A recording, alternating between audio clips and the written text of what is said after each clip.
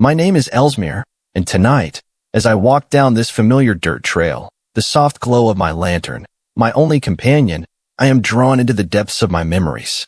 The towering trees stand as silent sentinels, their branches swaying gently in the night breeze, their leaves whispering tales of days long past.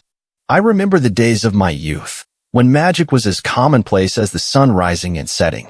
It was a time when the air was thick with enchantment, and everyone, from the young to the old, had tales of magic to share.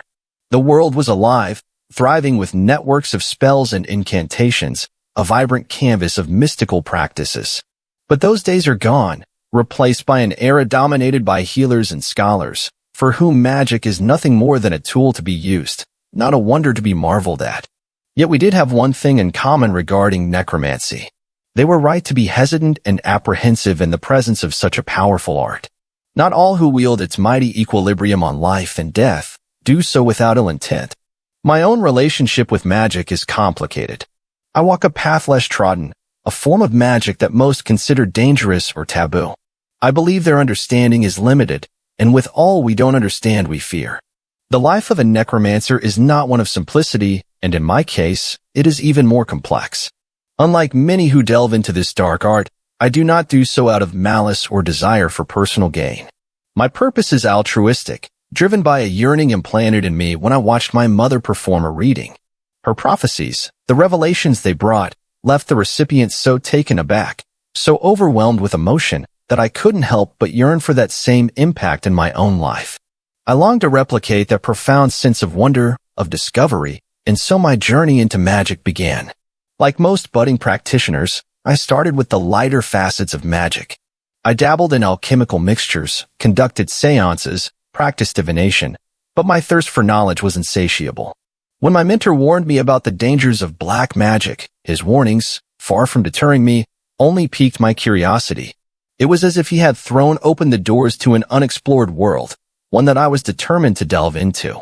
Dedication to the dark arts became my path, but with one crucial difference. I vowed never to let the darkness control me. I promised myself that I would wield these powers for good, to help, not to harm. I became a necromancer, not out of a desire for power, but out of a need to understand, to explore, to help. As I walk this trail tonight, my lantern shining on the dirt path, I ponder the life I have chosen, the magic I wield, and the purpose that drives me. Ahead I heard the familiar sound of horseshoes. I stepped to the side and let the highwayman pass. Partly out of respect and anonymity, I lowered my head in their wake. I only had a few miles to go, but my legs are already tired from the journey. I saw a short boulder and decided to rest my weary bones there. I sat and examined the dark woods. I listened to their musical chimes and language of nature conversing among me. Rising from the boulder I had been resting on, I saw in the distance the faint glow of lights piercing through the tree line. The village of Calcimlis awaited, named after its founder, a mere speck of civilization nestled in the wilderness. It wasn't much to look at, with its humble residences and a handful of businesses lending a shanty appearance to the place, but it held a certain rustic charm. And despite my perceived shady dealings, the citizens treated me fairly. Following the stone road into the heart of the town, I navigated the familiar turns, my destination etched in my mind. I rapped lightly on the door of the house, and a pair of eyes appeared in the sliding metal slot. Recognizing me, the figure allowed me to enter. With a respectful nod and a small smile, I hung my outer robes on the rack and stepped further into the house. Before me stood a young boy, his face a mask of exhaustion and emotional turmoil. I gently asked him to take me to the deceased. He led me into a candlelit room where lay the corpse of his aunt, a woman who had taken him in as an infant. Her gaunt frame hinted at the suffering she had endured, but now in death, she looked almost peaceful. I didn't want to admit to the boy that I knew her, but the time I did spend with her in the local tavern was nothing less than special. The woman just had a way about her. Revelry found her everywhere she went. With a long exhale, I kneeled beside the bed. I placed an esoteric metal carving on her chest and crossed her hands over it. From a small box, small enough to fit in my palm, I fetched some ash. Dipping my fingers in it, I traced a symbol on the floor next to the bed. I then closed my eyes, muttered an incantation, and waited. Exa elucta exis sevis. A few seconds later, small tremors started to appear in the body. Then, with a sudden intake of breath, the corpse sat upright. The young boy fell to his knees, sobbing. His face soaked in tears, he began telling his aunt how much he missed her, how much he just wanted to see her one last time. The corpse didn't move its mouth, but a disembodied voice echoed throughout the room.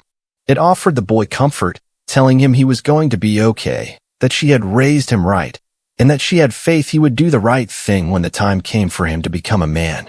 When the boy asked for guidance, the spirit gently said she must go. The other side was calling. With one last tear falling from the boy's face, he whispered, "I love you." The spirit responded with the same words before the body fell back into its peaceful death state. The boy waited until his voice was steady before asking me, "How did you know you could reach my aunt in the afterlife? How did you know I invoked your name?" I looked at him, his eyes wide and expectant. I felt a pang of sympathy for him, this child who had lost so much so young. "The truth is," I began, "I didn't know." Not with any certainty. His brows furrowed, and I hastened to explain further. "The only thing I knew was that the presence of your aunt made itself known once you spoke the summoning words. It was her spirit that responded to your call, not my magic." "But how does it all work?" he asked, his voice barely a whisper. I took a moment to gather my thoughts, choosing my words carefully. Through the sacrifice and the carnal words being spoken, a connection is established with the magical network that overlays our world. It carries the message to my senses, which is why my arrival was so swift and unexpected. Magic, you see, has a kind of urgency to it. When it calls, you do not ignore it. I guess I understand. I don't mean to seem so ungrateful, it's just so. It's just hard. Magdalene was my world. She raised me, she fed me, she taught me everything. I'm sorry, I'm rude, let me retrieve your payment. The boy left the room then, and when he returned, he was clutching a heavy leather sack. He pressed it into my hands, the weight of coins unmistakable. I reached in and pulled out a single coin, handing it back to him. This earned me a small smile, the first I'd seen on his face since I arrived. Before I left, I turned to him, my heart heavy with the knowledge of the burden he bore. Your aunt was a good woman, I said. I'm certain her teachings will guide you. Stay diligent and faithful, and the universe will see you along just fine. He nodded, and I left the house, stepping into the quiet night. As I walked back towards the woods, I couldn't help but reflect on the evening.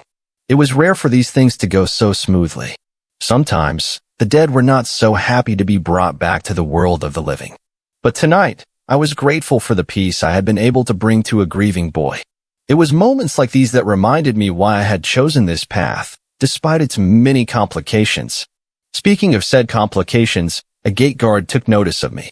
And not a passing glance either, he really took in my entirety. I was nervous, but I tried my best to hide it. Not sure if it was effective, but he let me pass nonetheless. Once I was deep enough in the woods, I let my cowl fall down, allowing the chill wind to blow through my hair. When the brisk wind hit my skin, it felt cold to the touch, but this was a comfort. The ground was still soggy from the passing storms over the week, so each foot fell squished into the soil. One of my familiars greeted me at the edge of my property. The black cat, who I named Spectre, was one of the few animals that rarely spoke, which was strange for creatures. Once they knew they had an audience, it was more difficult to get them to shut up. With the last flickering glow of my lantern fading into the night, I closed the heavy, rotting door behind me, entering the warmth of my humble abode. The aroma of the stew, simmering on the hearth, permeated the air, a tantalizing dance of herbs and meat that brought a comforting familiarity to my long day. I still had a few hours of night left, and when the sun rose I would be deep in slumber. Necromancy works better at night. Something about the daytime sun affects my workings. So for the last few years my sleep schedule has adjusted according to my practice. Spectre, agile as always, leapt onto the table, his emerald eyes catching the firelight. Our connection ran deeper than most men and their pets. It allowed a shared understanding, a way to converse that defied mundane explanation. I shared a similar connection with all my familiars, of which I have many, for I am no friend of man. Creatures of the wild had a sense for people, and deep down they knew me better than any man. And for that I am grateful. I spent most of my life in these woods, and the years would have grown lonely without them. Spectre spoke, his voice echoing in my mind like a distant whisper in the wind. His communication was sporadic, often driven by a desire for something or a request for a hunting excursion. But tonight, his message was different. It carried an air of arrogance, one that all of the feline species exhibited. Someone's been here, he said, creeping around while you were gone. Sneaky, sneaky little humans. Can you elaborate? I asked, attempting to keep my voice steady. Yet, as quickly as he had spoken, he turned, his tail held high in an act of feline defiance, and sauntered out of the window, leaving me with my stew and my thoughts. I stirred the thick, bubbling mixture absent-mindedly, pouring myself a bowl and setting one down on the floor beside my chair. From the room where I kept my collection of essential salts, another familiar padded into the room.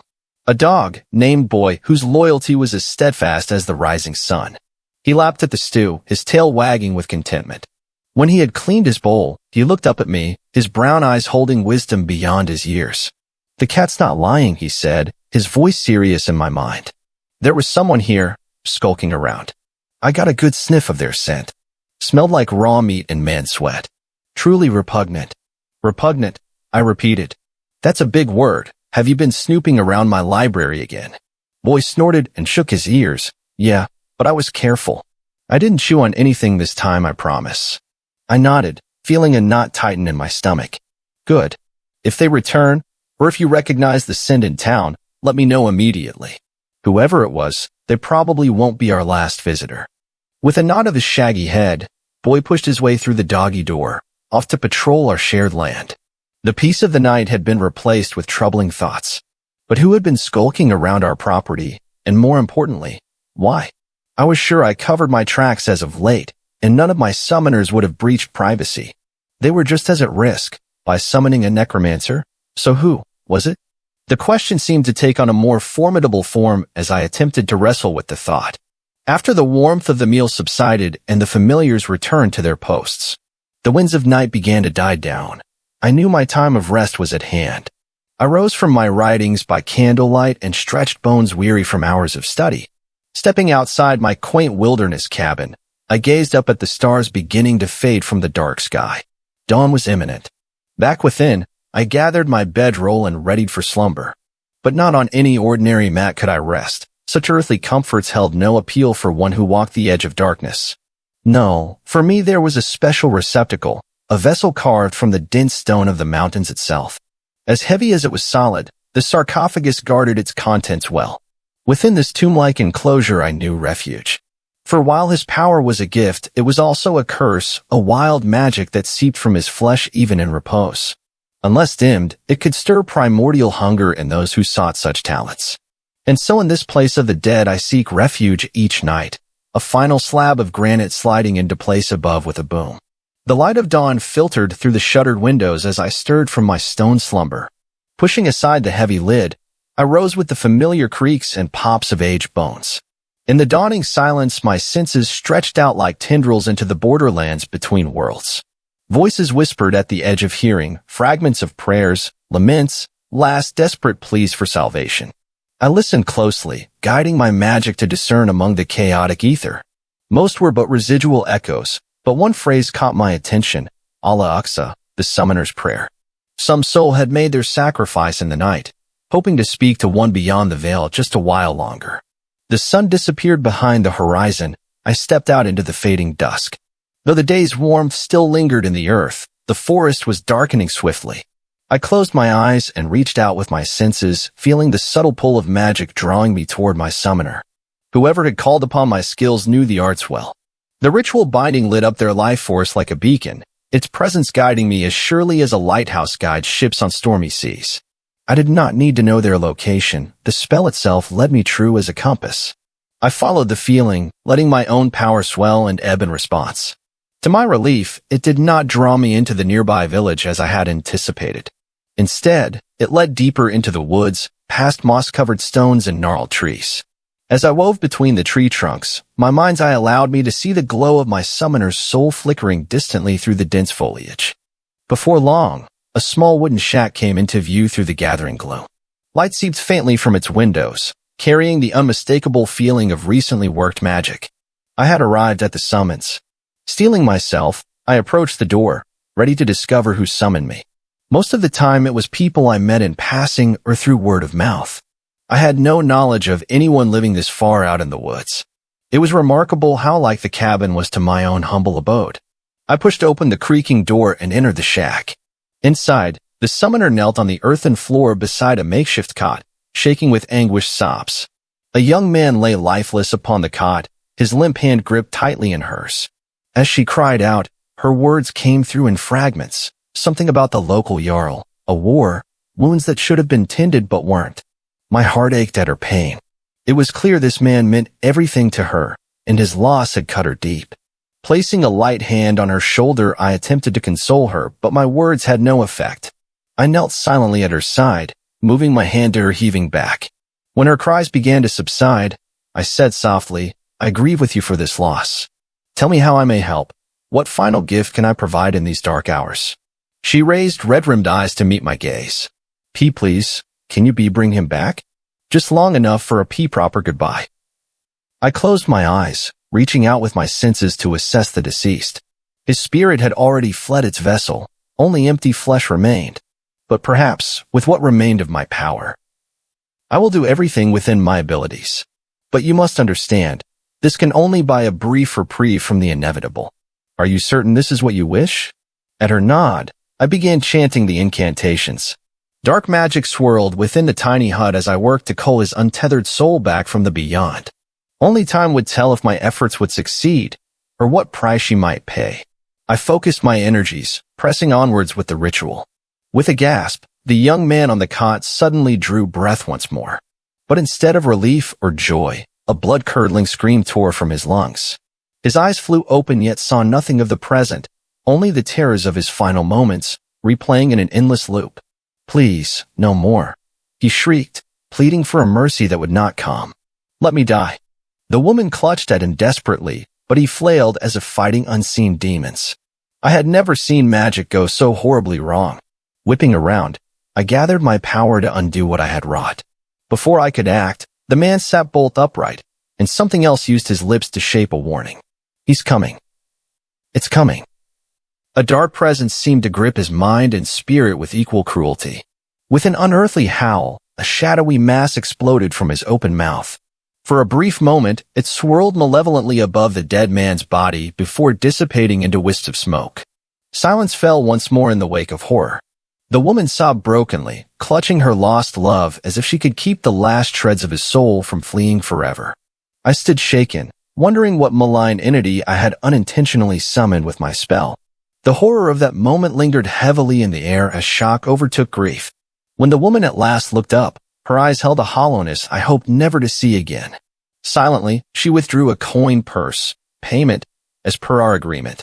But I shook my head. No reward is due for this night's work. Only regret. For the first time, I glimpsed how my fellow villagers must view my dark arts. Not as a resource in desperate times of need, but as something foul to be shunned and feared. I, who prided myself on precise control, had unleashed terror with my every intention to help. The woman spoke in dull tones. "Please go." I could offer no consolation, so I rose to take my leave. But as I exited into the frigid night, her stony whisper reached me, "Never return here again." The heavy door slammed shut, finalizing my disgrace. Glancing back at the forlorn shack, I questioned all that had drawn me to this path. There, in the flicker of that solitary window, I glimpsed the true cost of tampering with powers beyond comprehension, and I wondered if any reward could balance such a price. With a heavy heart, I turned away into the darkness, seeking answers where none seemed to exist. All I found was the echo of a warning on the wind, and a deep, abiding fear of what terrors the coming days might yet reveal. Alone with my troubled thoughts, I wandered through the silent woods seeking solace where I often found it. Beneath the glade's waterfall, a broad flat boulder waited as it had for years uncounted.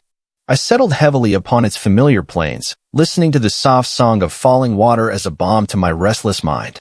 Try as I might to unravel the threads of magic woven this very night, I could perceive no flaws in the ritual's casting. Every component was precisely measured and invoked as prescribed.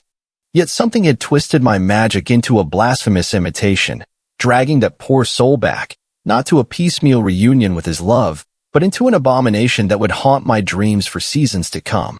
As the moon traversed the sky unseen through the canopy above, I pondered the arcane forces that underlie my art. So much remained shrouded in mystery, beyond even my most diligent studies. When power on such a scale can go awry with a single misstep, who am I to claim I've grasped its true nature? Dawn lightened the forest by degrees, yet no answers came to ease my troubled mind. All that remained was an unsettling new awareness of how little we can ever know, and a ghastly premonition that darker trials yet lie ahead, before peace will find me once more in this sacred place. Reluctantly leaving the glade as dawn's light filtered through the trees, I made my weary way home. Within the familiar confines of my stone sanctum, I laid myself to rest, or so I had hoped.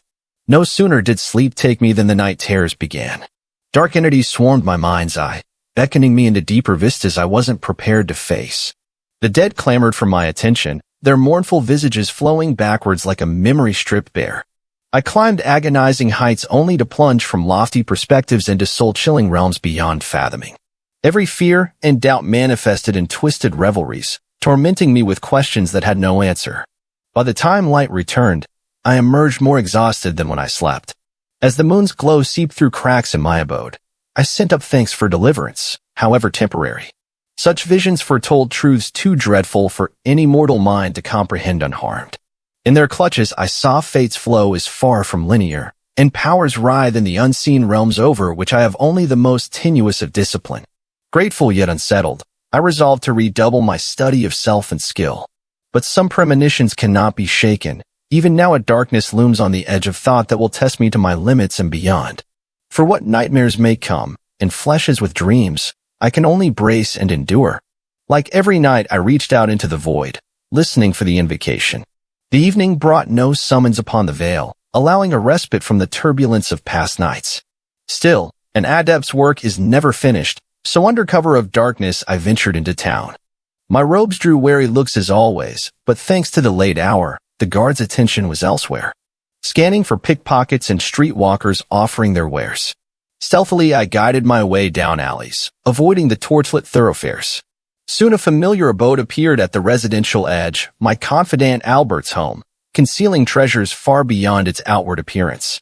2 sharp raps at the door, which opened at once to my friend's expectant face. I darted left and right as he ushered me within, muttering of foul repressions and the tyranny of ignorance. Bolts and wards slid firmly into place with practiced hands. Only here could one shake off the stifling strictures of this enlightened epic. Come, my studies have borne fruit even your expertise may find intriguing, Albert beamed, oblivious as ever to subtle calculus of risk. I smiled wanly and followed, hoping his collection might lift my troubled spirits or offer insight into the arcane conundrums perplexing my craft. At least within these learned walls, dark inquiry could proceed unimpeded and unknown terrors kept temporarily at bay. For now, knowledge would be refuge, but how long such havens may endure, none can say. My presence as of late has been more than tumultuous. It's becoming harder and harder each day to go unnoticed and free. Over red wine, I recounted the harrowing events that had so unsettled me, sparing no ominous detail. Albert listened with rapt attention, probing for nuances I may have overlooked in my distressed state. When I finished, a disturbed silence fell before he rose. This bears closer scrutiny. Wait here while I search my treasures. This can't be the first time something like this has taken place. I'm sure of it. He disappeared into the labyrinthine shelves, emerging some time later burdened with a towering stack of musty tomes. Coughing dust, he laid them before me one by one. Here are accounts of similar documented outcomes, Albert explained, indicating passages scrawled in obscure languages. I translated eagerly, comprehension growing with each new horrifying tale of rituals spiraling uncontrollably out of the caster's control. One volume in particular caught my eye, an ancient manuscript containing a woodcut of a robed figure screaming as ebony tendrils consumed him. The caption warned of dire perils should one breach the invisible barriers twixt realms and meddle with souls. As the minutes passed in contemplative silence, an ominous theory took shape in my mind. It seemed my error was graver than a mere misstep, and I feared the true test may be yet to come. Albert's eyes gleamed with a familiar scholarly light as he delved into lore. This smacks of a striking likeness to an antique fable, though meant more to frighten impish children than edify mages. He traced a finger over dusty spines, pulling free an aged book of folk tales.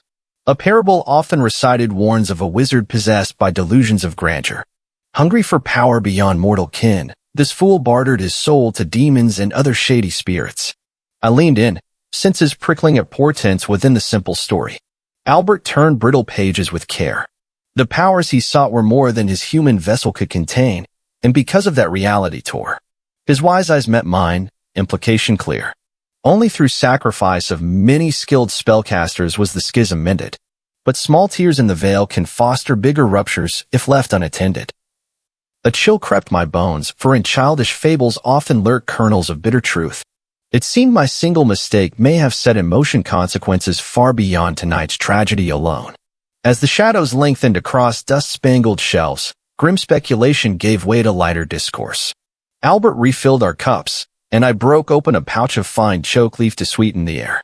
Its rich smoke mingled pleasantly with the heady aroma of aged books and mulled wine. Laughter lines crinkled the corners of my friend's eyes as he delved into more amusing anecdotes purloined from mildewed pages. Listen to this foolhardy mage who sought to tame a dragon with parlor tricks. Albert chortled, only to learn too late that fire breath cares little for stage illusions. I choked on a draught of wine, imagining the charred pretender's chagrin. Such scholarly revelries were balm to frayed nerves, casting the evening's troubles in a brighter, more distant light.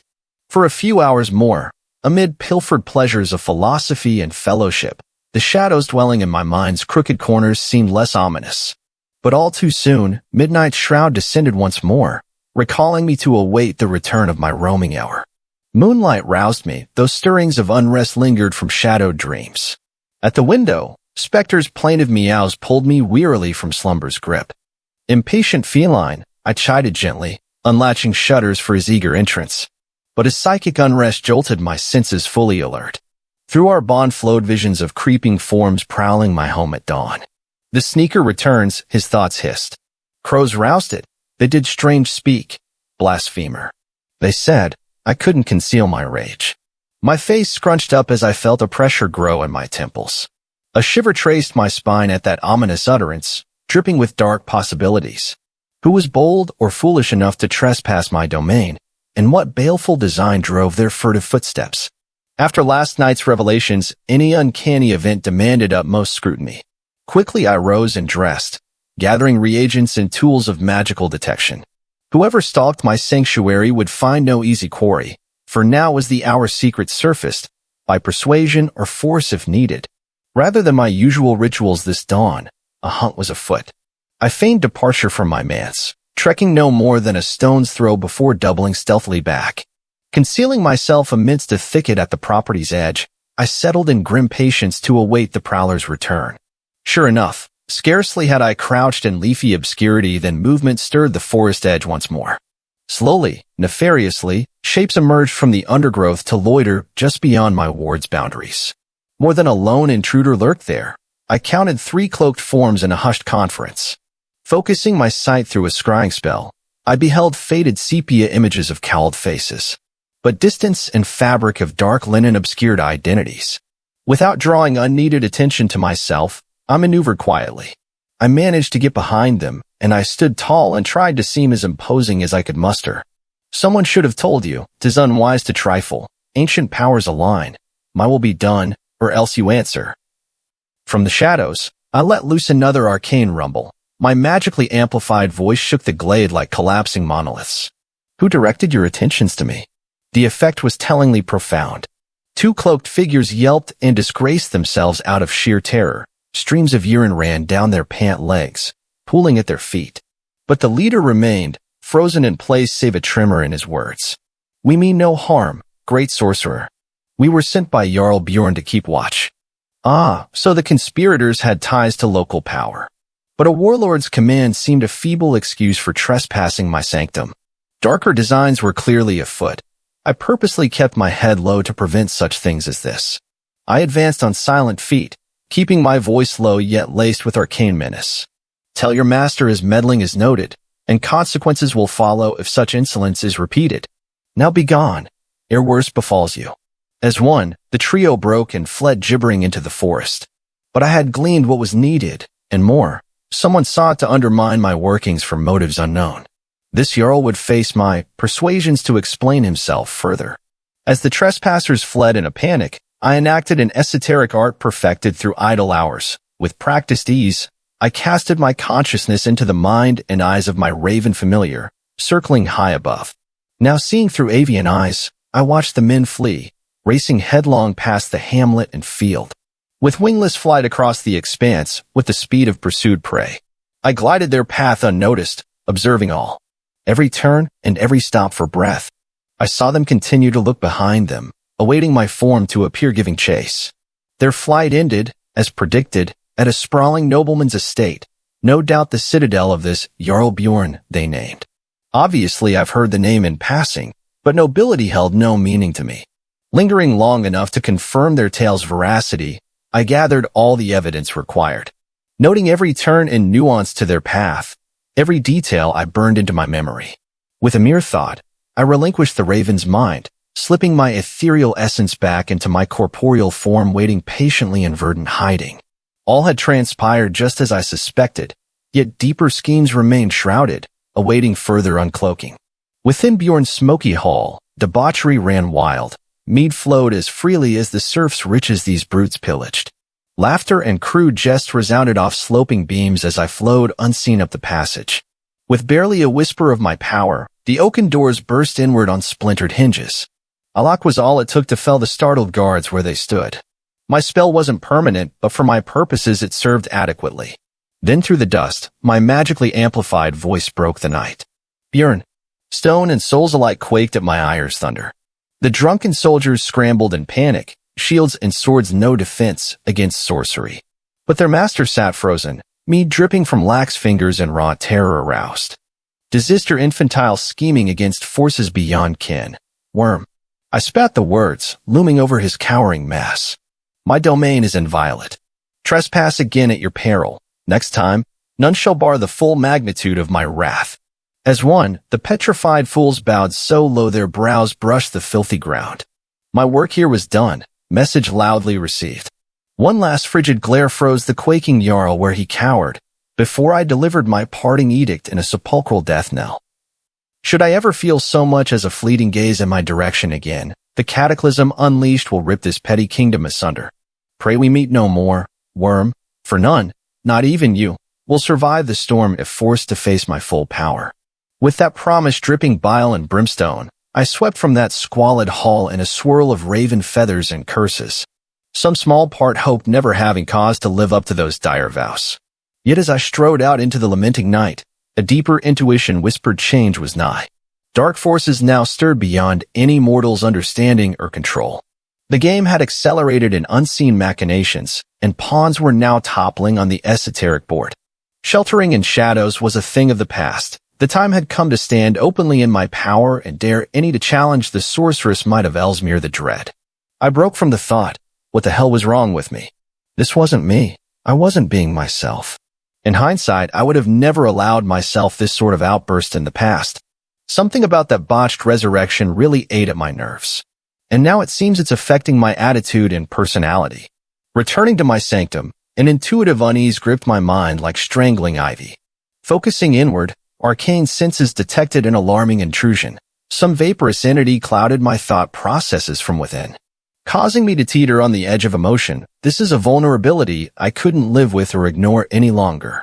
Quickly, I gathered implements of spirit dismissal, dragonfly wings to cut ephemeral bonds, powdered zircon to blind infernal sight. With deft strokes, I painted mystic sigils in swirling smoke that coalesced into a mirror reflecting my soul's essence. There, like a smear of grease sullying crystal clarity, a nebulous leech had grafted itself to my psyche. Guttural incantations rent the air as I dissolved its insidious talons one by one with vilifying chants. My chants sapped its strength, peeling away layers of its ephemeral fabric. Soon only tatters remained, writhing impotently before expiring in wisps of dark steam. Victory, yet ominous questions lingered. No sooner than I had expunged the final fragments of that foul leech, than movement in my periphery heralded a crowd. Spectre and Boy the dog peered from the living space. Their reports startled me telepathically. A myriad concerned voices chattered concerns within my mind all at once. Raising a hand, I stilled the din and indicated my raven familiar to elaborate its insight. Something sickens the forest, its raspy thoughts conveyed. Prey animals act strangely aggressive, fleeing at random without cause. Trees shed leaves prematurely, rot spreads in roots and needlefall. This sounded ominous indeed. My domain, and those who dwell within its verdant borders, or my sacred charges. That some corruption would dare assail both flora and fauna raised dire alarm. You have done well to bring this to my attention, friends. Now let our sleuthing commence, to trace and extinguish the source of this foul contagion. For a second, I had a premonition, or at least something akin to it.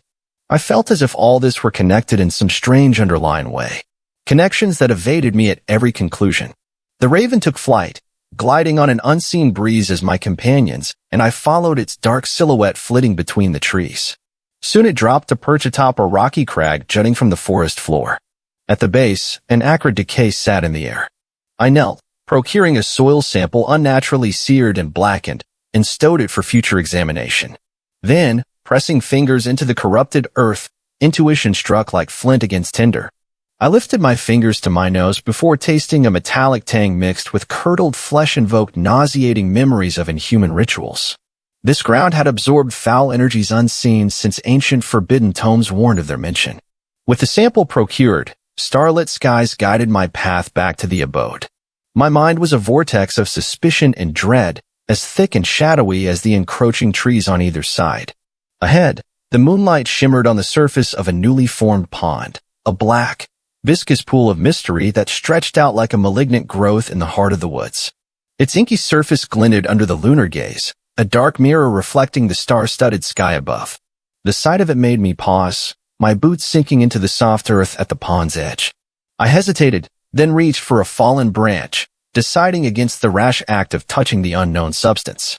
Carefully, I dipped the stick into the pond. The liquid clung to the wood, and as I drew it back, I recoiled in shock.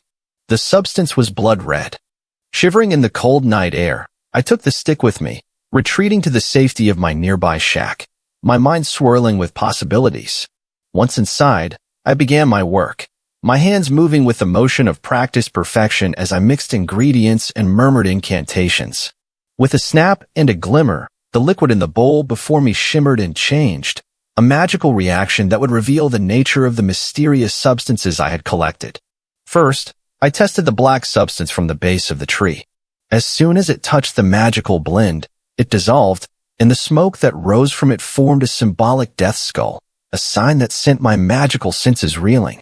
This substance was not just corrupted, it was a herald of an unnatural and malevolent death. Next, I dipped the blood-red stick into the mixture. It evaporated instantly, and two smoke serpents emerged, entwining in a dance of life and death. This was lifeblood, but tainted, corrupted. The implications were dire. Exhaustion washed over me, but I had no time for rest. I climbed into my stone coffin, sealing the lid over me.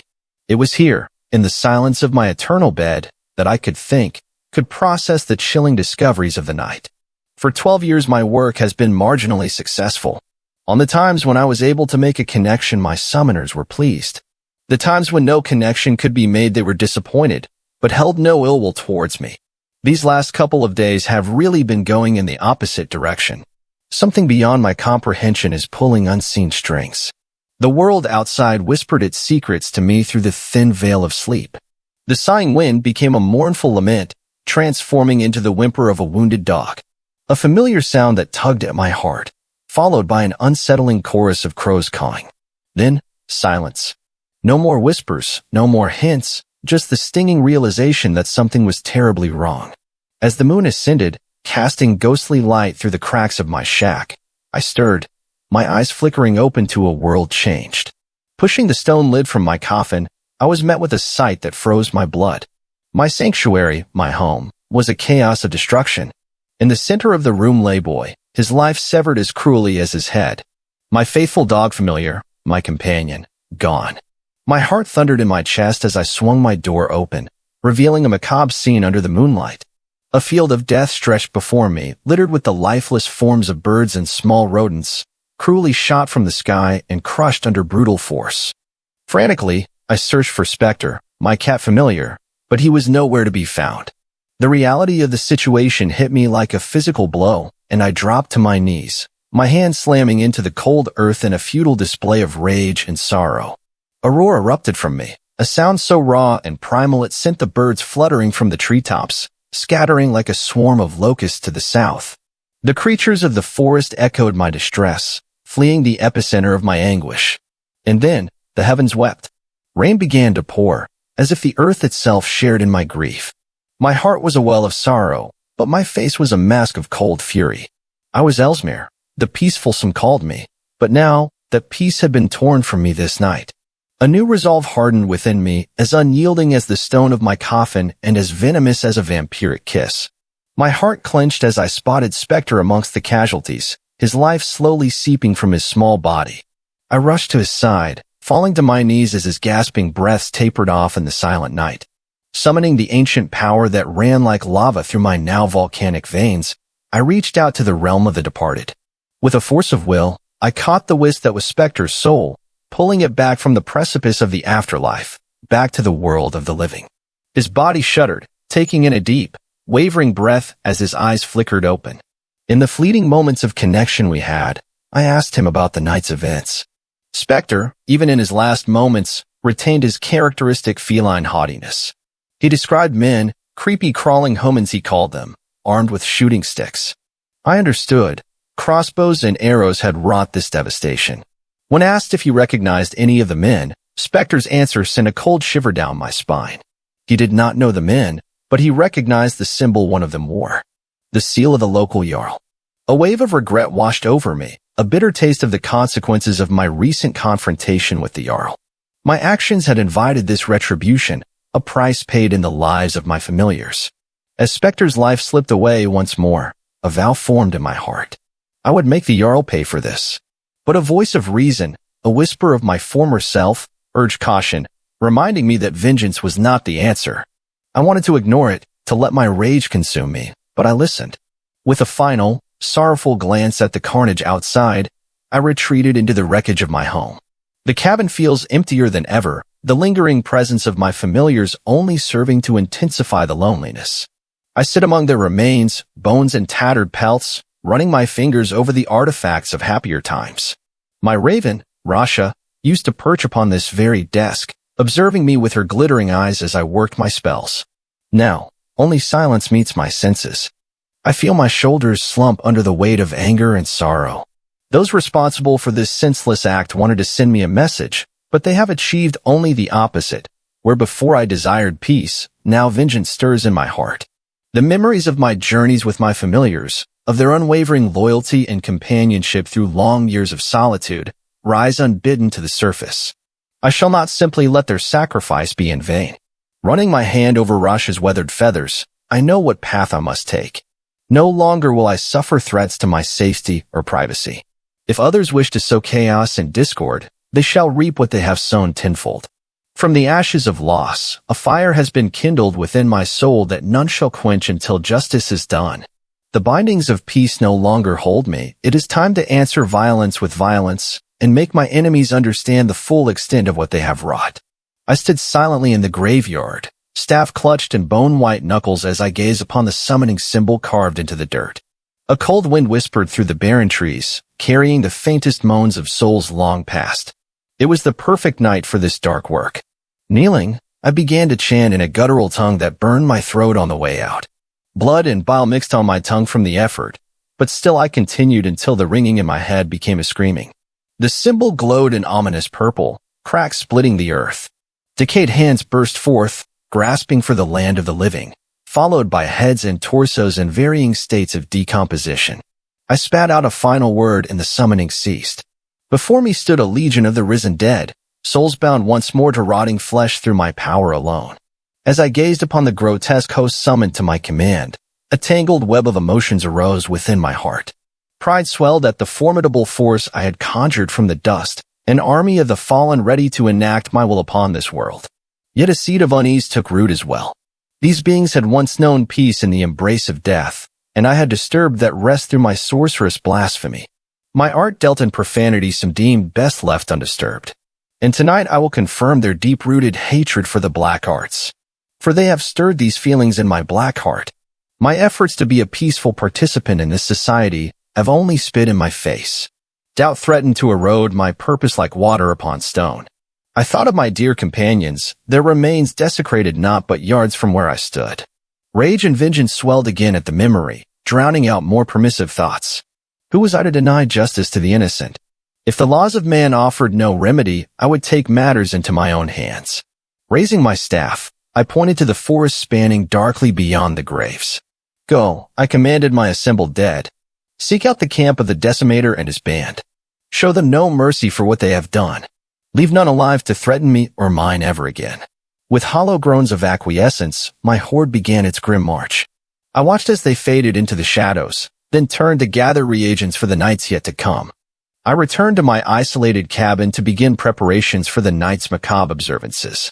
In my workroom, I laid out an array of noxious substances, powder bone, earth from a ravaged battlefield, a vial of oil taken from a corpse candle's flame.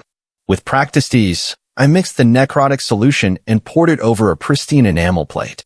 Under my pestle, the coagulated mass was pulverized into a chalky residue.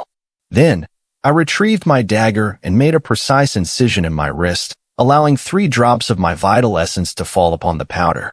Smoke rose as my blood seeped into the mixture. I chanted forbidden rites and a vision took shape in the swirling ash. The perspective narrowed and darkened until I saw through the sockets of one of my animated dead. It marched at the head of the horde, an honor I had bestowed upon the most intact of the bodies. Through its sightless gaze I viewed the forest pass by, everything tinted with an uncanny blue hue. When the trees gave way to a familiar encampment, I smiled mirthlessly. My servants had found their quarry with unearthly efficiency. Now, the reaping would commence. I sat back to watch the carnage unfold, certain that by night's end, justice would be meted in full. I watched grimly through my scrying as the horde crashed upon the camp. Mercenaries and cutthroats scrambled from their tents, fumbling for weapons in panic-stricken haste. But my gathered souls moved with relentless, corpse-like precision. The first fell swiftly, torn apart by rotting limbs that knew no restraint. Blood sprayed through the air, its copper scent intensifying the rage of my lesser dead. They turned on the others with animalistic fervor, rending flesh from bone in a butchery that would haunt my foes' dreams, if any survived the telling of it. Screams rent the night, abruptly silenced one by one as my revenge was enacted. Soon the camp was littered with dismembered torsos and scattered entrails, the ugly remnants of those who had dared to cross me. They now knew all too well why they called me a necromancer. None were offered the mercy of a clean death. My scrying plate ran red as the last assassin met their end. Through the eyes of my vanguard, I surveyed the aftermath with grim satisfaction. No price could ever repay what was taken from me, but this was a start. Yet the Jarl himself had sheltered these dogs in his city. My dead turned as one towards the town lights in the distance. None would find solace this night, for where there was injustice, retribution would follow. The stench of decay hung heavy in the air as my undead horde surged towards the grand doors of the Jarl's palace. I surveyed the scene unfolding before my lead thrall. I could feel the fragmented consciousness of my zombie servant, a mere vessel through which I witnessed the world in fading images.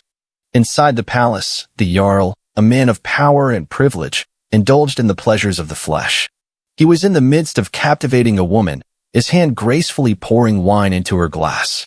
Little did he know that his world was about to crumble before his very eyes. With a thunderous crash, my undead brethren burst through the sturdy doors, shattering them into splinters.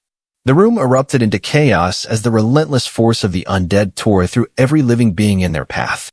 Screams of terror melded with the sickening sound of flesh being torn from bone. Caught mid-pour, the Jarl's face twisted from a visage of charm to one of abject horror. His gaze met mine through my surrogate, a flicker of recognition passing between us. He knew, in that instant, that his transgressions had not gone unnoticed. Nor would his privilege or place of high position see his way out of this. The woman he had sought to charm stood frozen, her eyes wide with terror. Limbs were torn, bodies were eviscerated, and blood painted the opulent surroundings in a dance of crimson. The palace, once a symbol of power and object of most citizens' jealousy, was transformed into a grotesque theater of death and despair. My stone stylus writing crimson letters over its faded papyrus, forever staining it in history as a place of remembrance and wicked deeds. In the midst of the chaos, my thrall moved with purpose, shuffling swiftly through the room. The Jarl's eyes locked with mine, a silent battle of wills commencing. This man, who had reveled in the suffering of others, would now face the consequences of his actions. As my zombie brethren feasted upon the fallen, the room seemed to crackle with an unholy energy as our paths converged. With a surge of power, my hand shot out, fingers like vice grips wrapping around his throat unseen but felt from a distance. The once mighty ruler of this land gasped for breath, his face contorting in a grimace of pain. Through the eyes of my undead, I watched as the life drained from the Jarl's eyes. His struggles grew feeble, his power dissipating into the ether. The man who had taken joy in the suffering of my fallen familiars was reduced to a lifeless husk, a mere puppet whose strings had been severed. Silence fell upon the room, broken only by the gnawing of my undead thralls. The echoes of their insatiable hunger mingled with the scent of rotten fruit, filling the air with a palpable malevolence. The lifeless body of the Jarl lay sprawled on the floor before me, my thirst for revenge sated. The room was drenched in a stillness that mirrors a cemetery, broken only by the faint crackle of burning embers. As the deed was done, I felt the connection between myself and my leading thrall begin to taper, like a fraying thread hanging by a mere wisp. Confusion gnawed at my core as I surveyed the scene. The plate on the table in front of me, once a conduit of magical energy, had returned to its mundane state. Scattered bones and burnt remnants were all that remained, the powerful bond that had been severed. I furrowed my brow, my mind racing to comprehend what had transpired. I was not the one who had broken the connection, yet the flow of magic had abruptly ceased. The intricate compound I had meticulously crafted, a conduit through which I communed with my undead horde, now seemed futile. With a determined countenance, I mixed the compound once more, hoping to re-establish the severed connection. I poured the ingredients with practiced precision, channeling my arcane energy into each measured motion. But despite my efforts, the attempts proved fruitless, the connection remaining elusive. I know in my bones some unseen force is blocking or suppressing my connection. A surge of frustration coursed through me, mingling with a growing sense of trepidation. My undead horde now lay beyond my reach. The unyielding hunger that had driven them, the insatiable thirst for blood and destruction, no longer responded to my call. This was more troubling than I expected. Following the logic chain, if I wasn't in control, who is? I paced the room, my footsteps echoing in the empty space. Questions swirled in my mind, each one more unsettling than the last. If only I had the guidance and understanding of my familiars. Has someone discovered my secret and sabotaged my connection? Or was this a consequence of meddling with forces beyond my control? A sense of vulnerability washed over me.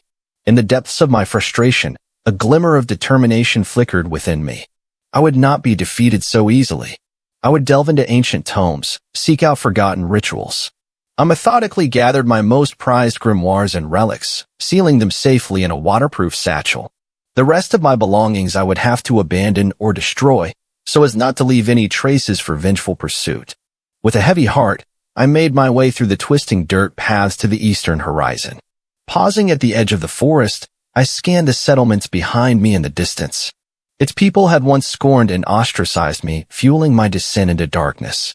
No matter how badly I wanted to be accepted and change the world for the better, it seems my mentor had been right all along.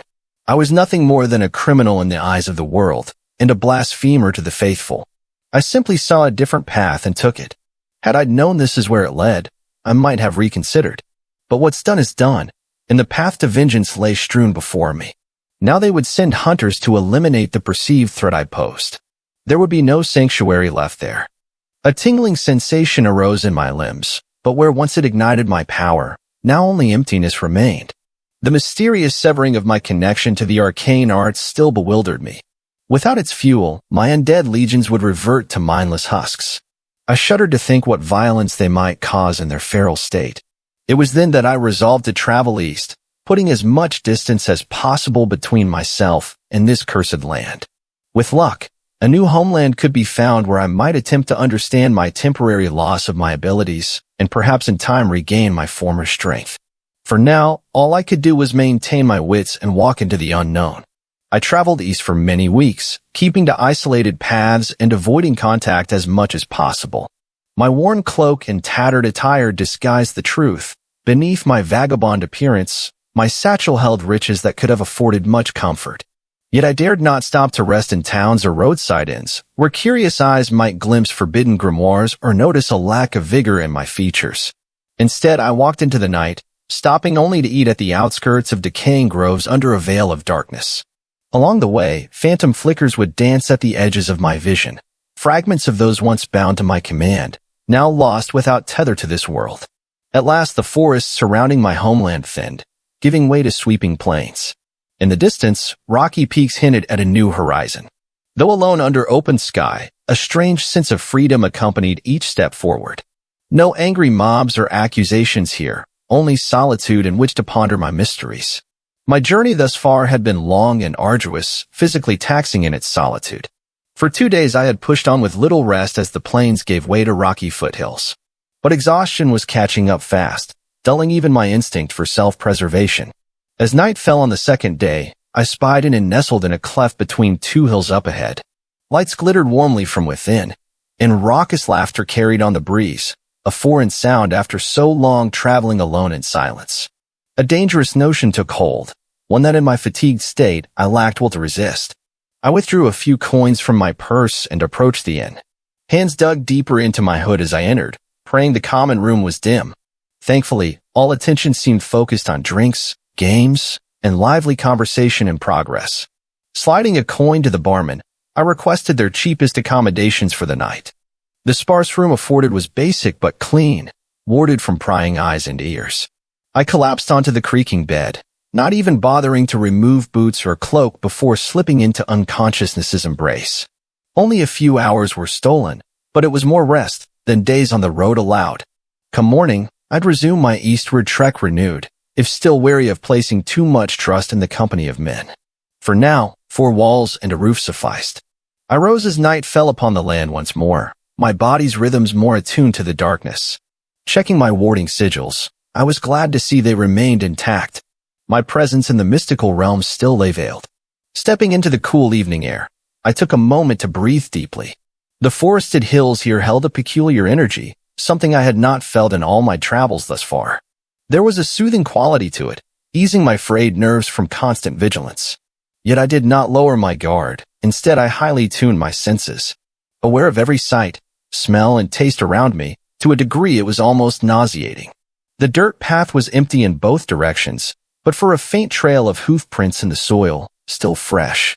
They headed into the thickening woodland edging the hills, in a direction I sensed was meant for me. Trusting this subtle guidance, I set off after the unknown rider who had passed this way. The trees soon closed in overhead, their canopy obscuring all but flickers of Luna's pale glow. Yet still the tracks were visible, as if lit from within to my discerning eyes alone. Deeper into the quiet forest they led, stirring flickers of intuition here and there.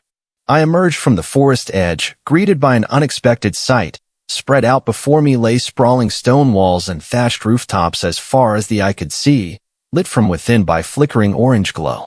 A true city, the likes of which I had never encountered, towered where once only open plains stretched. My footsteps faltered in hesitation, but curiosity overcame unease. Drawing my threadbare cloak tighter, I began picking my way down cobbled lanes between tightly packed abodes. All around, the bustle of foreign tongues washed over me. Names of places, gods, concepts I did not know. Merchants called out wares from stalls. Families made their way to evening meals by lamplight, and craftsmen labored still in workshops illuminated by steady flame. It was a livelier landscape than any rural township could claim, yet humanity's essence appeared much the same. As night fell fully, more revelers emerged to fill taverns and streets with song and drink. My solitary ways made such close company intolerable, yet being among so many unseen held appeals. As night deepened, the tavern filled with merchants winding down after a long day. I took a seat in a shadowed corner, lowering my head slightly to observe. The bartender, a sturdy woman, approached without a word and set down a wooden cup. As she poured from a clay jug, her eyes carefully avoided mine, a wisdom unfamiliar villagers lacked. I inclined my nose to the drink, savoring its robust aroma before risking even a brief glance her way. Our eyes met, and what I saw gave me pause, not fear, but recognition of one acquainted with behaviors deemed uncivilized. She gave a small nod of acknowledgement before turning away. Taking a tentative sip, I was surprised by the drink's mellow warmth, carrying spices hinting at faraway shores. Savoring the flavor on my tongue, I allowed thoughts to wander for a moment. The tavern was bustling, a cacophony of sounds assaulting my ears. Loud bellowing laughter mixed with melodies and snippets of the common tongue, but to me it all seemed like meaningless noise. I took a quiet sip of my ale, gazing around cautiously as I withdrew my ingredients from my ropes. My hands worked deftly, grinding the strange fungus into a fine powder within its vial. From another, I retrieved the brown spider, dropping a pinch of powder inside before adding a drop of liquor. With a practiced shake, I downed the concoction, suppressing a shudder at the bitter taste. Already I could feel it taking effect, the noises around me beginning to clarify and separate. Words emerged from the din, at first in unfamiliar tongues but gradually resolving into languages I knew. A man in the corner was debating the merits of mining techniques, while another pair discussed their hometown and the towering trees. My own thoughts began to blend with the chatter, ideas and phrases flowing freely between my mind and the conversations of others. Soon, I knew, I would be able to speak with them as well. For now I waited quietly, soaking in the multiplicity of voices, until the moment I could join their symphony with one of my own. As the alchemical haze settled over my mind, I focused my enhanced senses on the table to my left. Gradually, the men's speech resolved into my native tongue, and I realized with a start their subject was death. The elder man spoke of his mother's passing just days prior, though she had been hale and hearty on his last visit. Barely past her 60th winter, yet now she would be interred on the morrow, her mortal span shockingly at an end. I swirled my ale, waiting for the draft's magic to take full effect upon my vocal cords. When at last I could shape-shift sound as easily as thought, I cleared my throat softly. Pardon me, friends, but I could not help but overhear. As one learned in the ancient arts, perhaps I could offer you a final comfort in your grief. At their puzzled looks, I continued, choosing my words with care. It may be possible to revive the flesh briefly, that you might say farewell as her soul departs to its rest. Only for a short while, but it could give closure to heavy hearts. The universe, it seemed, had meant for me to hear of their plight and offer what solace my skills allowed. The man pondered my offer heavily, casting furtive glances around us to ensure our conversation went unheard. When finally he spoke, his voice was low and uncertain.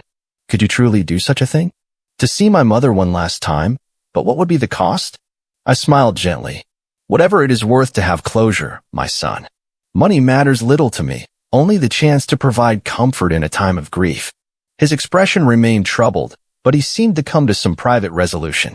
Reaching into his tunic, he pressed a scribbled note into my hand. This is where we've planned to lay her. Come after the wake, when the sun sits low. With a nod of understanding, he turned quickly back to his neighbors, and the buzz of voices swallowed our exchange. I slipped the address into my robes, anticipation stirring within me despite the risk. Death was not the end, as most believed. It was but a transition, and one occasionally reversible through the arts. With night still upon me, I left the noisy confines of the tavern and closed my eyes, opening my mind to whatever currents may guide it. A soft tugging drew me northwards, and as the shadows lengthened I emerged into a tranquil grove. At its center lay a distinctive circular stone foundation, elder runes carved along its perimeter hinting at rituals past. Green ivy now nearly obscured the markings, but I could feel the echoes of long-forgotten magic resonating from the earth. Here was a suitable site to establish myself until my duty tonight was fulfilled. Setting down my satchel, I got to work clearing away the vestiges of time. As the stones reappeared in the waning light, snippets of their history came to me. An old coven had once conjured mysteries within these walls, until fading from the landscape generations ago.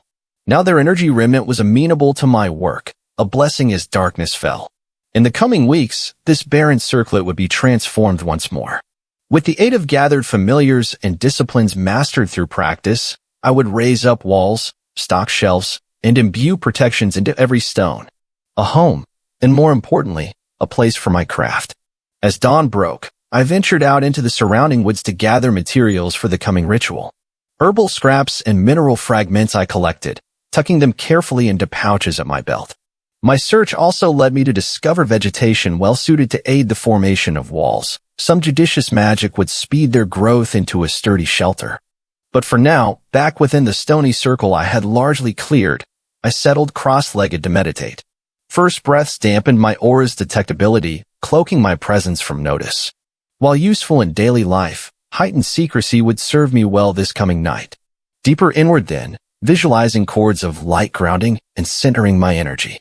I reinforced mental defenses established through years of study, strengthening resistance against intrusive influences. Whatever fouled my workings the last time would have to spend a considerable amount of effort to do so. If unexpected interference disrupted the spell, calm connectedness would allow retaking control. As dusk fell, I sensed night's arrival through unseen connection to celestial motions. Rising smoothly from lotus pose, I gathered my ritual implements and set off through the darkening woods. Arriving unseen, I lingered in the shadows until the last mourners bid farewell. Stepping quietly through the doorway, I sent forth invisible tendrils of senses to sweep the interior for lurking threats or watchers. All remained quiet, the house had cleared, and we were alone save for one. Into the candlelit room I entered, I settling upon the bereaved son watching eternally over his mother's corpse. Grief lay carved deep within his features, though stone masked all outward signs. At my approach, he started in surprise yet made no move, only met my gaze with naked pleading that spoke where words could not. Silent, I gave a reassuring nod and ready to begin. Her soul lingered yet upon the borders of this life. With steady hand and focused will, I would see it peacefully back across the veil and grant what small comforts remained to the living left behind. Smoke curled as incense burnt, mingling fragrant trails with ritual chants upon my lips. Reverently, I evoked each protective spirit and power to guide the departed soul. Yet as essence coalesced within the corpse, not a gentle presence emerged. A dark and mocking laughter broke forth from decaying lungs, shaking the very foundation. My blood ran cold as memory stirred, that cursed adversary, thwarting my efforts once more. Fool, it crowed through the dead woman's mouth. You think to best me still, with your puny magics? Terror gripped me as the body jerked in mockery of life, green mist seeping out in noxious fumes. Too late I cried warning as it streamed straight toward the horror-struck sun. Choking, he collapsed before my eyes, their black pits now the adversary's windows to this world. Triumph blazed within those depths as its new vessel rose, banishing the last vestiges of humanity. My breathing came fast and shallow. Once more, it had twisted my rituals to its fell designs and seized control of an innocent vessel in the process. Despair and fury warred within my breast at the chaos unleashed this night through no fault but my own. The entity snarled through the dead woman's son, bearing down on me with unholy strength. I conjured what defenses I could, but each blow startled as a wild animal's. Off balance, a fist connected with my jaw and sent me tumbling. As I landed hard upon the floor, incense smoke swirled thick around us. Through the haze, a crack split the masonry above with an echoing crash. It had overextended, leaving an opening. My mouth formed the syllables of eldritch command just in time, releasing a concussive blast to shatter the weakened structure. The ceiling caved in with an almighty roar, burying the possessed corpse under rubble and debris. For a moment, I could only lie there in the aftermath, senses reeling from the frantic clash. Dust hung heavy in the air as my ringing ears tried to perceive any movement beneath. That spiteful laughter chased me as I fled into the engulfing woods, its mocking tone mingling with the deafening echoes in my mind. Beneath flashing moonlight, the trees seemed contorted, unfamiliar branches catching at my robes like clutching fingers urging me deeper into the maw of darkness. Exhaustion and disorientation weighed heavily, the ritual's aftermath sapping what reserves remained. I stumbled blindly on roots and stones alike, losing all sense of direction till a snap and crumble sent me sliding down a steep embankment. Frantic grasping found only handfuls of sodden leaves before the current swallowed me whole. I fought to keep my head above the raging waters, but was no match for its relentless pull. Again and again it thrust me under, water filling my burning lungs no matter how I kicked and thrashed. Just as blackness began to close in, my face broke the surface once more. There, a sheer cliff face loomed before me, its jagged edges shining moonbright. I had but moments to suck in what might be my final lungful as the torrent swept me inevitably towards the edge and the plunging chasm that lay beyond. As the torrent plunged over the falls, I drew a last desperate lungful and let instinct seize control. My body twisted mid-air, just barely evading jagged rocks jutting from the pool below. Darkness took me before I crashed into the frigid water. How long I lay unconscious, I cannot say, but slowly sensations returned, wet robes clinging stiffly to my skin, gritty mud beneath my splayed limbs. Gasping, I rolled onto my back to stare up at alien stars through swaying boughs. This was no woodland near any human habitation I knew.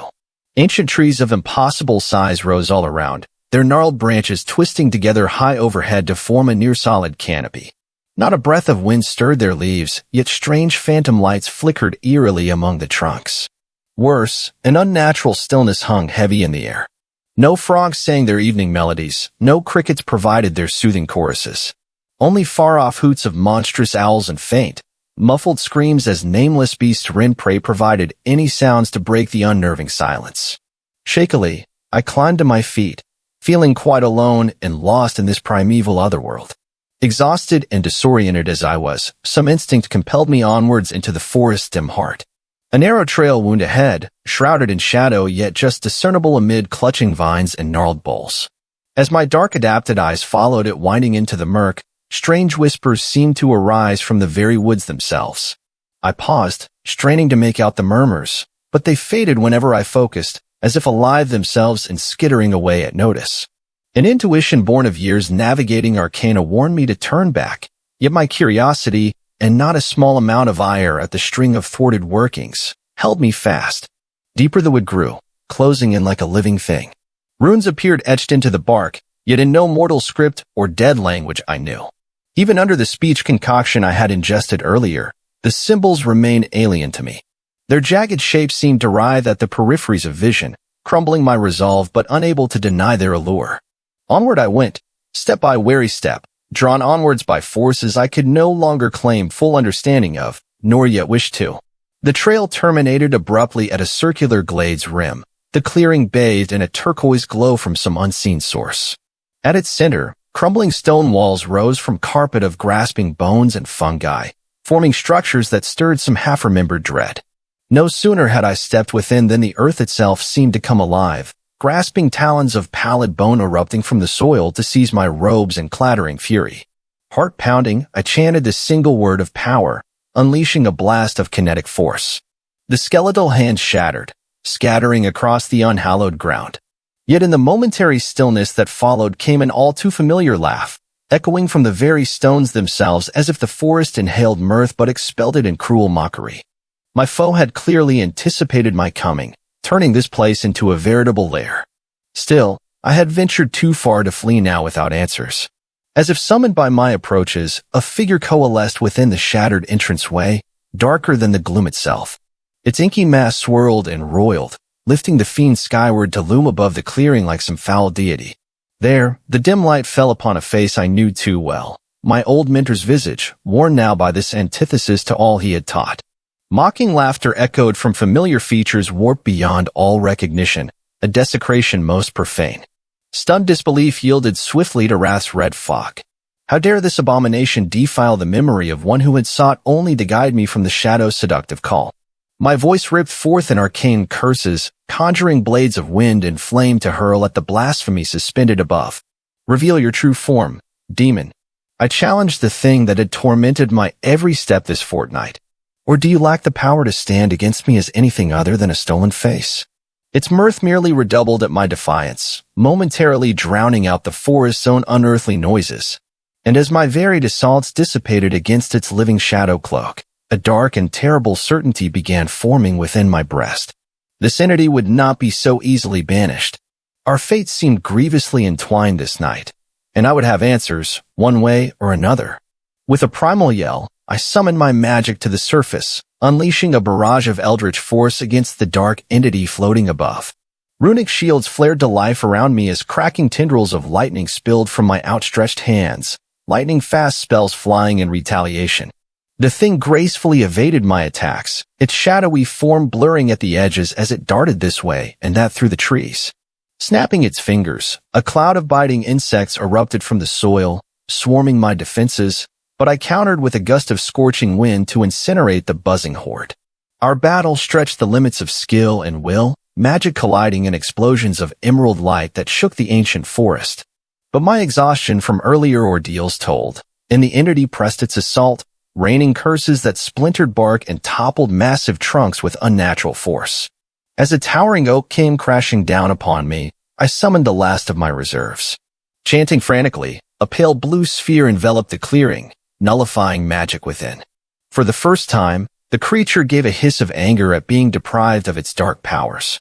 But I would not let this chance slip by. With a fiery incantation, Tendrils shot from the soil to ensnare the entity in tightening sheaths of earth and stone. At last, I had it pinned and helpless before me, for the final confrontation was now at hand.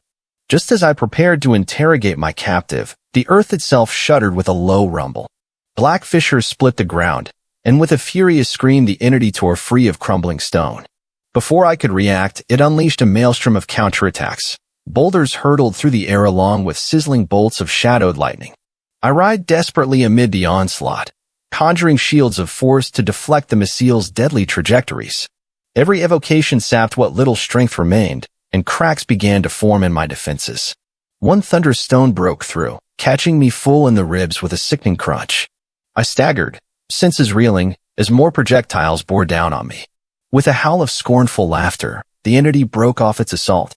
Before I could regain my footing, it dissolved into the forest shadows, its unholy presence abruptly absent from the now still glade. Gasping, I slumped to my knees among the spell-rent stones. Blood trickled from my torn lip, agony lancing through every breath. Clenching my teeth against the pain, I plunged heedlessly into the engulfing forest in pursuit of my fleeing adversary. But its unnatural form left no earthly traces, no broken bough nor scrape of leaf to mark its passing. I pushed on relentlessly, hand outstretched as I strained physical and magical senses to their limits, grasping at any wisp of its malign essence lingering in the darkness. The entity's fiendish laughter seemed to echo from all around, goading me ever deeper into the gloom. Time lost all meaning as I crashed through the shrouding brush, the alien stars wheeling strangely overhead through gaps in the canopy. My healing wounds reopened, torn robes hung in sodden tatters, yet still the entity's presence drew gradually more faint. At last, clutching a shaking limb to a massive oak for support, I collapsed with harsh sobs rending my aching frame. The night's adrenaline surge fled as swiftly as my furious energy, leaving only void of utter exhaustion. Somewhere in the shadow-veiled maze, it had at last slipped my grasp entirely. The days that followed passed in a haze of endeavor and recuperation. Under moonlight, I set to work restoring what semblance of shelter I could from the crumbling stone ruin, fortifying it with wards and blessings against uninvited presences. Provisions and necessities were procured through vigilance and thrift. Earthly comforts would fortify mind and spirit for the challenges ahead. Let none say asceticism alone fuels mystic insight. Over a stew, simpler concoctions restored my flesh while more esoteric draughts attuned inner sight. As enhanced vision took hold that eventide, sweeping the forest in unseen waves, at last a glimmer, there, hardened jungle gave way to tumbled columns amid a quarry scar. An ancient structure lay in a viridian shroud, where shadow and stone kept close counsel. At the journey's start, answers were few. Now the answers didn't matter as much as the new questions mounting in my mind. The high constellations wheeled as I immersed myself in scrying, weaving what arts remained to expand my perceptions across the dreaming wood. The brush stirred with phantoms as divination pulled tales from leaves and loam, staining faded runes with silvery life. By the moon's zenith, a vision played across my thoughts. Vagrant shadows weaving between ancient ferns, converging on a knotted bough where fungi clustered. In their sickly glow, a glimmer of dark insight, my foe lay deep in the hollow, girdled by the forest's oldest sentinels. Snatching a torch and my newly carved staff, I set forth under lunar-lit paths, letting witchlight thread through the grasping boughs to light my way. Roots writhed as time-worn groves whispered darkly, meant as traps for the unwary. Yet on I pressed, senses acute for any enchantment laid to bar my passage. The thick forest pressed in around me as I galloped, torch held high to light the way. My feet ached, but the potions I mixed for the journey dulled the pain, fueling me through the night. Staff in one hand, flames in the other, I pushed relentlessly onwards. Somewhere ahead lay the one who had wronged me, the pale conjurer who'd turned my workings to blasphemy. Some deep part of me felt he was responsible for my familiars just as much as the Jarl, who had already met my justice, as will this demonic foe. My senses, heightened by the concoctions, warned of dangers before I saw them. Tripwires and glyphs glowed dimly in the torchlight, disguising traps meant to maim or kill. With practiced skill, I dismantled or dodged each obstacle, weaving a path ever closer to my goal. The woods grew darker, yet my mind stayed sharp. Formless shadows flickered at the edges of the light, but none slowed my pace. Let whatever lurked in the gloom behold my resolve. Nothing would halt my pursuit of the pale betrayer. As the moon reached its zenith, a structure emerged from the trees, a twisting tower guarded by grimy statues. At last, the lair was within my grasp. I quenched the torch and summoned my arts, readying a spell to break the bastard's wards. Soon, justice would be meted out in the foe's own sanctuary. I had barely stepped into the dark clearing when the earth began to quake and rumble. Looking around sharply, I saw the soil bubbling and bursting as immense stone hands clawed their way to the surface. For earth golems emerged amidst showering clots of dirt and dead leaves. The pale conjurer was sending his guardians to face me still outside the tower's bounds. No matter, I would deal with these animated statues as I had the others. Nothing will stop me, save death itself. Placing my staff firmly on the corrupted ground, I called forth bursts of flame to engulf my fists. The first golem charged with arms outstretched, but I met its charge with a straight punch employing all my fiery magic. Stone skin cracked and split on impact, my conjured flames blazing deep within, leaving a molten hole dripping liquid rock, big enough to jump through. As it reeled backwards, I spun low and sent another gout of fire directly into the chest of a second attacker. The enchanted flames ate hungrily through the rocks, felling the golem where it stood. The third statue tried to grapple me from behind, but my keen senses, heightened further by magic, detected its approach. I flipped my staff around to jab the ornate head directly into my assailant's face, unleashing a thunderous blast that shattered its stony skull. 3 attackers lay in pieces, but one yet remained, and this one caught me square in the back with its rocky fist before I could dodge. The blow sent agony lancing through every bone even as the taste of copper filled my mouth. Yet I would not fall. Gripping my staff tightly, I rolled to face the final earth golem and unleashed a burning vortex that consumed it entirely. Blocking my path were living trees, their canopy like a rotting human fly trap. The dark branches swayed with intelligent movements searching for victims within range. I steadied myself and reached inwardly, surrounding myself in a cocoon of fire. Bearing the blow I took to the ribs from a rouge branch, I passed unmolested and through the gap in their grasping wooden tendrils. I clutched my side and caught my breath behind the fallen stones. The tree's grasping branches now lay broken and still, their magic no more. A cold sweat formed on my brow. It seemed my strength potion was losing its effect sooner than expected. No matter, if I die tonight, it will be with a smile if I take him with me. Gingerly I reached into my robe, fingers wrapping around the smooth vial of my last reserve. Its contents promised renewed vigor, and I needed every ounce of power to breach the tower walls. With care I uncorked it and drank, feeling the serum's warm rush spread through my limbs. Pain and fatigue retreated as newfound energy sang in my veins. My mission was not yet over. Steadying myself against the stones, I peered around the edge to survey the path ahead. The tower's oaken doors stood defiantly closed, but within their wizard doubtless sensed his magic failing. He would not have long now to enact whatever foul plans brewed in that scheming mind. I had to act, and act swiftly, before all was lost. Gripping my staff once more, I picked my way over the fallen rubble and strode purposefully towards the tower. Its master would not find me an easy conquest, not while life and purpose remained. I picked myself up from the rubble, shaking splinters of wood from my robe. Before me, the tower door laid in pieces, its magical wards spent in a furious counterspell. A ringing echoed in my ears from the blast, but I seemed otherwise unharmed. Within the entryway loomed an inky darkness, yet I sensed no guards rushing forth in response. How curious that the pale conjurer would leave his tower so thinly guarded, unless... Stepping into the shadows, I summoned a dancing ball of light above my staff. Its witchfire revealed an entrance hall long forgotten and dusty. Cobwebs clung in the corners as my light roamed further, finding only stillness. An eerie quiet hung in the air, too quiet, even for an abandoned keep.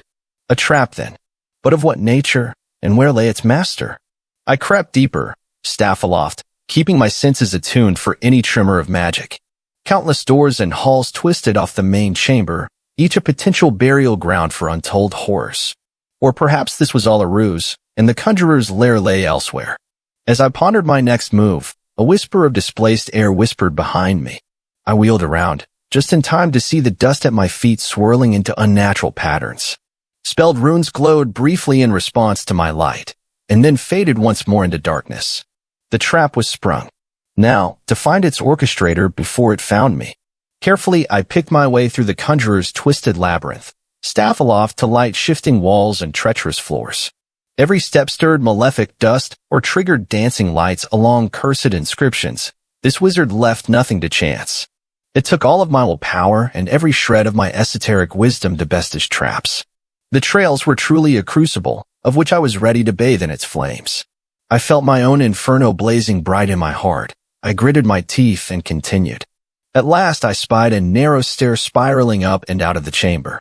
Though worn, its stone looked untouched by magic's taint.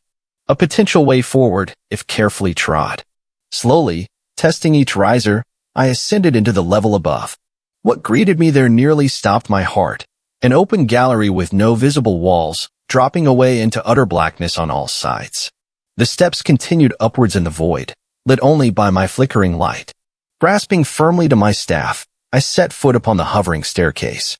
Each tread groaned underfoot, yet held my weight for now. Onward and up I climbed into the gloom, wind rushing past as my footing rose above solid ground. What forces anchored these phantom steps, and what awaited where they led? Only one way to discover the truth. Higher and higher the staircase wound, into a darkness thicker than any enchantment. My light could not pierce it.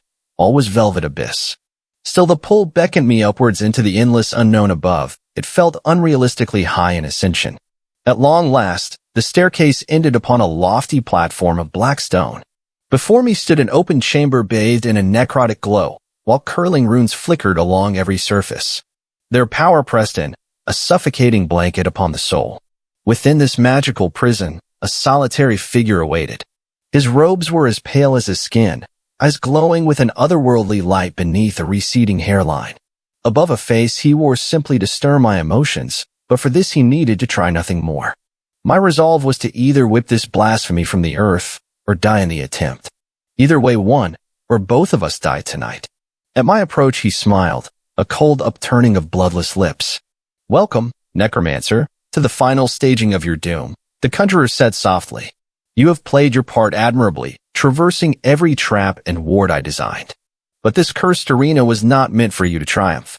No souls leave here, save one." I lifted my staff defiantly. "Your arrogance knows no bounds, Pale One, if you believe your parlor trick's a match for my power. Release this prison and face me as an honorable mage, if you are not too craven." A hollow chuckle. "Honor is for fools. Here, only one law prevails, the strong devour the weak. And you, Ellesmere, have just expended your last reserves reaching me, while I..." Malign energy gathered around his outstretched hands, tangling the very fibers of reality within its grasp. With a wordless cry, I flung my dagger at the conjurer. Simultaneously, I wove the most complex spell my exhausted mind could muster. Mana crackled at my fingertips, seeking its target. The conjurer sneered and deflected my blade with a wave. But my magic caught him off guard, sending him sliding back across the slick floor. His counterspell threw bolts of pure shade at me, searing shadows that I barely avoided. We dueled in utter silence save for our labored breathing, conserving our strength for maximum impact. Bolts of energy filled the chamber, ricocheting from shielding runes and a dizzying light show. My defenses wavered under his onslaught, darkness creeping into my vision.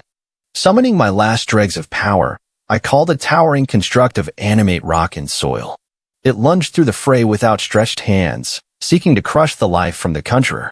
He parried with a swirling vortex that broke my creation into pebbles. We circled warily, assessing. I had gambled all on a final maneuver and failed, drained to the point of collapse. Seeing his window, the conjurer unleashed a blast to end the duel. I threw up a crystalline barrier that reflected the spell back upon its caster just in time. As my vision cleared, ghostly faces swam into view all around me, souls that had met their end in this cursed place. They spoke without words, offering solace and sympathy for my plight. A surge of hope flickered within. These remnants of the conjurer's past victims had not fully crossed over, tethered by his dark arts to this forsaken tower. And where there was yet life, however fragmentary, there existed possibility. I reached out with my fading spirit, communing. Their essences joined with mine in a symphony of gathering forces, unseen but palpable. Together, our combined life force rekindled flickers of magic within my weary frame. The conjurer stirred nearby, regaining his sinister strength. But he remained blind to the astral allies who had come to my aid in this hour of need. As he turned, I summoned all the power of the departed into his shield to repel his next assault. His spell shattered against it with a cry. I played the only card I had left. I spoke the unforgiving words of my death curse, forever binding our fates. The sorcerer wasn't expecting this, and his reaction was one of astonishment. One that quickly turned to fear as he watched me resign myself to my fate. I slowly stepped backwards and crossed my arms over my chest. This is the way it has to be. Neither of us are fit for this world. I closed my eyes and exhaled before throwing myself backwards through the stained glass window adorning the tower's peak. It's a terrible hand reached for me one last time, but I was just out of arm's reach. His fingers graced the fabric of my robe, as his startled gaze watched me plunge to my death. I didn't feel an impact. It was as if the ground opened up to swallow me. I took a final breath as my earthly bonds released, drifting toward the light in a bittersweet haze. My task is done, my debt repaid, yet joy is laced with destiny, for another's fate is sealed along with mine. As warmth envelopes and welcome, darkness claims his soul from below. Our strange communion now comes full circle. I sense his essence torn from this plane into oblivion's abyss, answering at last the call from whence he came, whatever formed his spectral hand. No anger or regret stew in my release, only faith that, as all things, even he served a purpose greater than what mortal eyes can see. I go content, leaving shadows to their fate. Energy transfers, not dies. What was wrought through us persists in wider vistas beyond our known limitations. Darkness took its own. Now light receives me into peace. I pray the world finds its own.